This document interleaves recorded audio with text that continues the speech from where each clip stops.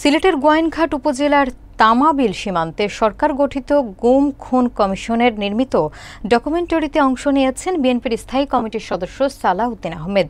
শনিবার দুপুর থেকে বিকেল পর্যন্ত চলে এই ডকুমেন্টারির দৃশ্য ধারণ। এতে উঠে আসবে সালাউদ্দিন আহমেদের শিলংয়ে নিখোঁজ হওয়ার সেই পথের অংশবিশেষ। বিস্তারিত দেখুন নাইম আহমেদের তথ্যচিত্রে।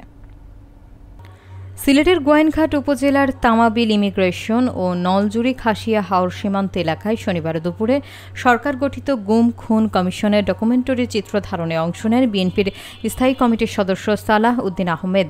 তিনি সেই পথেই ফিরে যান যেখান দিয়ে একসময় তাকে তুলে নিয়ে যাওয়া হয়েছিল ভারতের শিলংয়ে। ডকুমেন্টারিতে তার গুম হওয়ার সেই সময়ের অভিজ্ঞতা এবং ঘটনার প্রেক্ষাপট তুলে ধরা হচ্ছে। তিনি জানান, সে সময় তিনি ধারণা করেছিলেন তাকে ক্রসফায়ারে হত্যা করা হবে, কিন্তু চোখ ও হাত পা অবস্থায় তাকে একটি গাড়িতে করে সীমান্ত পেরিয়ে ভারতের শিলংয়ে ফেলে রাখা হয়। পরে সেখান থেকে তাকে উদ্ধার করা হয়। কমিশনের উদ্যোগে নির্মিত এই ডকুমেন্টারিতে গুমের ঘটনাগুলো বাস্তব চিত্র ও ভুক্তভোগীদের অভিজ্ঞতা তুলে ধরা হচ্ছে। সালাউদ্দিনের অংশগ্রহণে ডকুমেন্টারির অন্যতম গুরুত্বপূর্ণ অংশ হিসেবে এই দৃশ্য ধারণ করা হয়।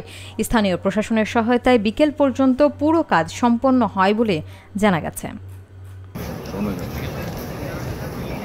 তো সেই রকম অনুভূতিতেই ছিলাম যখন আমাকে এখান থেকে ক্রস করে হয়তো এই রাস্তা দিয়েই হবে খুব সম্ভাবনা, আমাকে যে মনে হয়েছে যে আমি তখন অনুভব করেছি যখন আমাকে শিলংয়ে চোখ বন্ধ অবস্থায় হাত বাঁধা অবস্থায় শিলংয়ে নিয়ে গেল। যে পর্যায়ে আমাকে ছেড়ে দেওয়ার একটু আগে আমার চোখের কন্দনিটা খুলে ফেল, তখন আমি যখন দেখলাম যে আমাকে ছেড়ে দেওয়ার জন্য প্রস্তুত হচ্ছে, তখন আমার কাছে মনে হচ্ছিল হয়তো আমি এখানে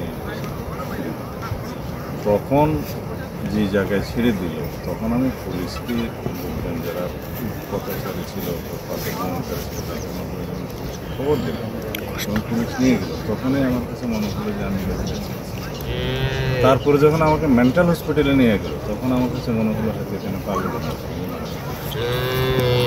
আল্লাহর অশেষ রহমত।